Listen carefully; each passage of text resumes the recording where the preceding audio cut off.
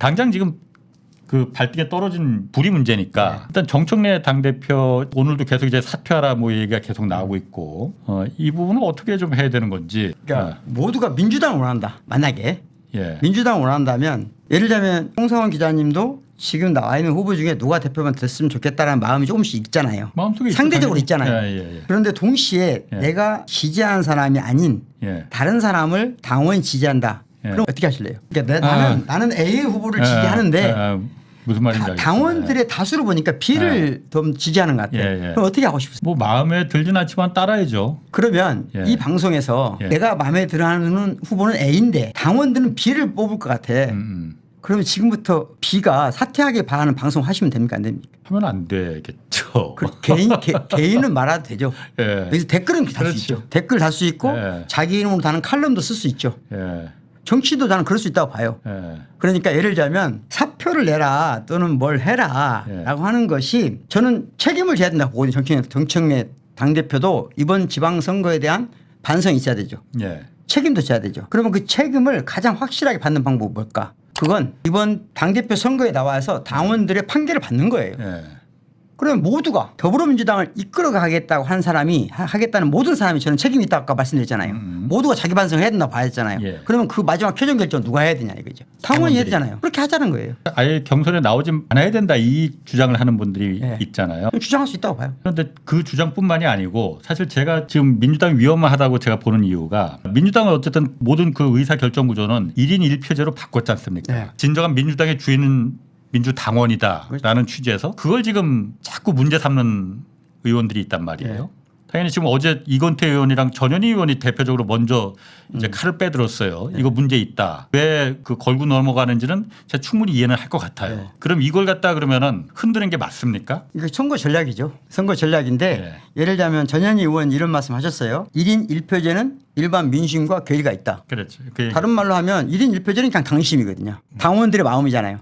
당원들의 마음하고 국민 전체의 마음하고 다르다. 예를 들어서 지금 가장 대표적인 분이 두 분이잖아요. 정청래 현 당대표하고 전 국무총리 두 분인데 두 분이 당에서 보면 정청래 의원이 아직이에요. 지금 현재 시점에서는 지지도가 높고 일반 국민 전체를 여론조사하면 전 총리가 조금 높고 이 상태잖아요. 그러니까 그게 1인 1표제를 없애야 될 이유가 되나요? 주장하는 사람들의 마음은 저는 이해는 합니다. 그냥 저 말은 이 말을 그래요. 나는 김민석 총리를 지지합니다. 그렇지. 이 말이잖아요. 이런 것보다는 당원들의 지지를 더 받는 김민석 의원이 되길 바라는 마음으로 김민석 의원의 정책적 도움을 줘야 되겠죠.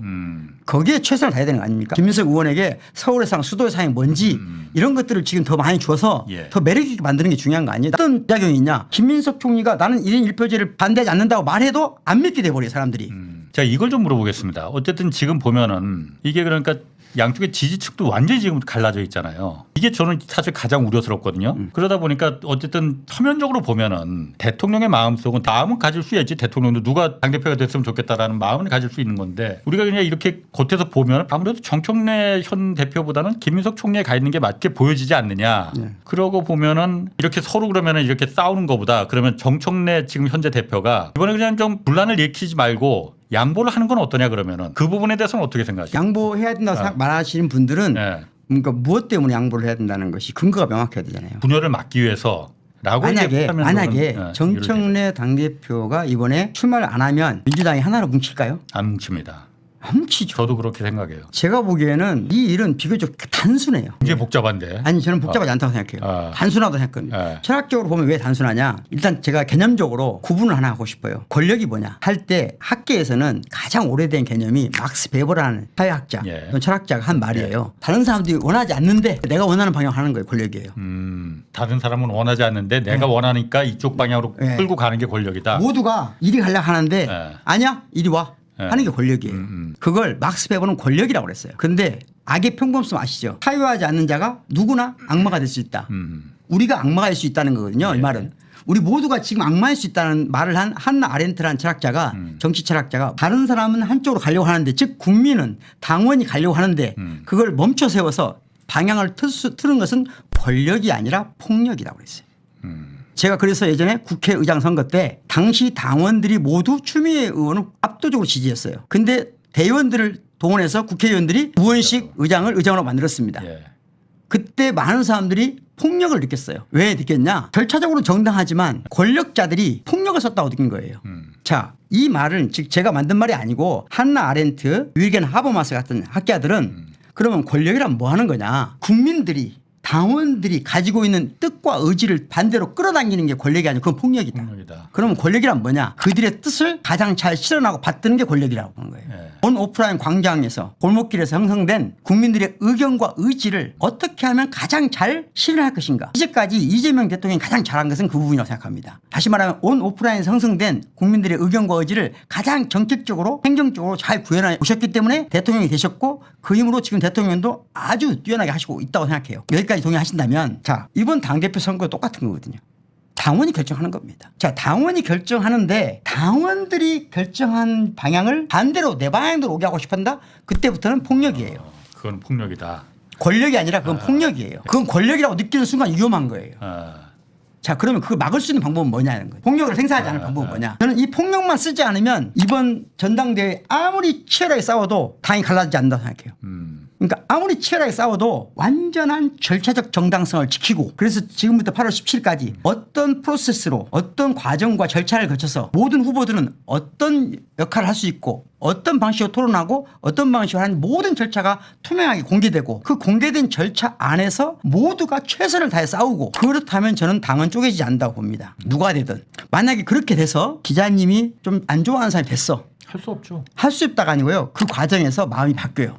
아, 그럴만하네. 쭉 보니까 나는 이러저런 전원으로 보기에 좀 마음에 안 들었는데 흠뻑 싸우면 스포츠랑 그런 거거든요. 스포츠 경기 볼 때 요즘 청년들이 안 싸웁니다. 상대편 이겼다. 우리 편 졌다고 욕 안 해요. 왜? 최선을 다해서 서로 싸우면 동의해 주는 겁니다. 승리를 동의해 주고 우리 편의 패배도 나쁘게 보지 않는 거예요. 저는 이번 민주당 당권 경쟁은 그렇게 하면 문제될 게 아무것도 없다고 생각해요. 다만 언제부터 문제냐? 누군가가 자신의 권력을 폭력으로 전환시키려고 할 때 저는 그게 그 누가 돼서도 안 된다고 생각해요. 저는 대통령이 지금 마음속으로 누구를 마음 먹고 있는지는 당연히 있겠죠. 당연한 거 아니에요? 사람인데. 그리고 약간 표현되는 것도 나쁘지 않다 생각해요. 근데 그게 당원들의 의지를 꺾는 수준으로까지 간다? 그러면 그때부터 위험해지는 거예요. 자, 그래서 저는 이 문제에 관해서 대통령 이하 민주당의 대부분의 정치인들이 이 문제에 관해서 투철한 신념이 있다고 믿습니다. 그렇기 때문에 지금 우리가 대통령이 이럴 것이 저럴 것이라는 것은 고생하고 한 김민석 총리한테 덕담할 수 있는 수준이다. 이렇게 받아들이면 되는 것이고 대통령이 무슨 뜻을 갖고 있느냐를 밝혀내려고 하는 순간 우리 대통령을 욕보이는 거예요. 대통령은 나쁜 사람 만드는 거예요.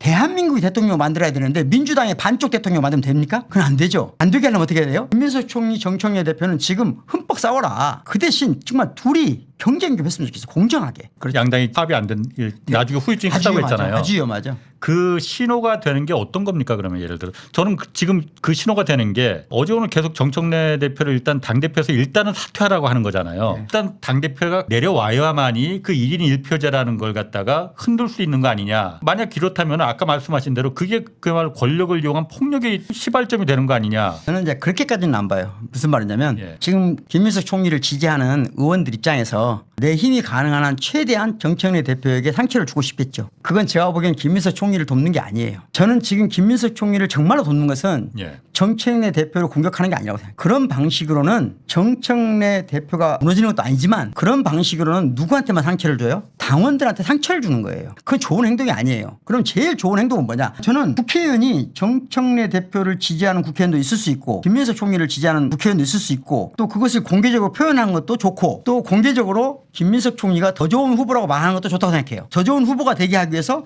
좋은 개발을 해주고 좋은 서포트를 해주고 좋은 담론을 형성하는 건 아주 좋은 행위라고 봐요.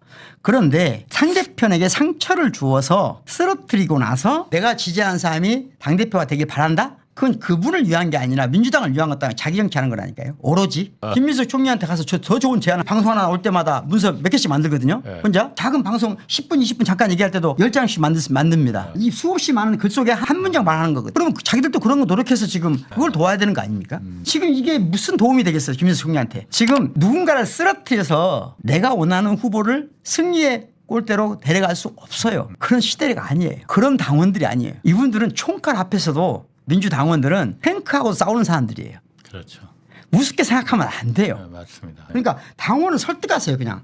뭘 설득하냐? 김민석 총리가 더 좋은 안을 가지고 있다고 설득하면 돼요. 그런 역할을 하고 싶으면.